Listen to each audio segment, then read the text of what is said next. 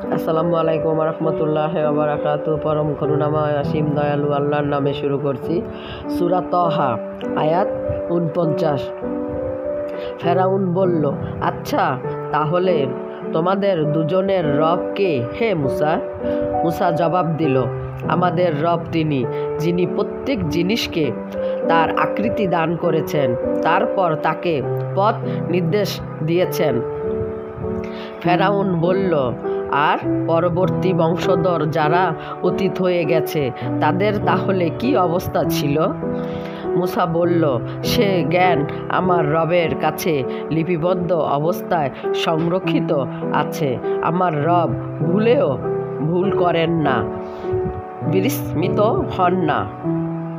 তিনি তোমাদের জন্য জমিনে বিছানা বিছিয়েছেন, তারপর তার মধ্যে তোমাদের জন্য চলার রাস্তা তৈরি করেছেন এবং তার উপর থেকে পানি বর্ষণ করেছেন। তারপর তার মাধ্যমে তিনি বিভিন্ন প্রকারের উদ্ভিদ উৎপন্ন করেছেন। খাও এবং তোমাদের পশুর চামড়াও। অবশ্যই এর মধ্যে রয়েছে বুদ্ধিমান লোকদের জন্য বহু নিদর্শন। এ মাটি থেকে আমি তোমাদেরকে সৃষ্টি করেছি, এর মধ্যেই আমি তোমাদেরকে ফিরিয়ে নিয়ে যাব এবং এ থেকেই আবার তোমাদেরকে বের করব। আমি ফেরাউনকে আমার সমস্ত নিদর্শন দেখালাম, কিন্তু সে মিথ্যা আরোপ করতে থাকলো এবং মেনে নিতে অস্বীকার করলো। সাদাকাল্লাহুল আলিউল আজিম। আসসালামু আলাইকুম রহমতুল্লাহি ওয়া বারাকাতুহু।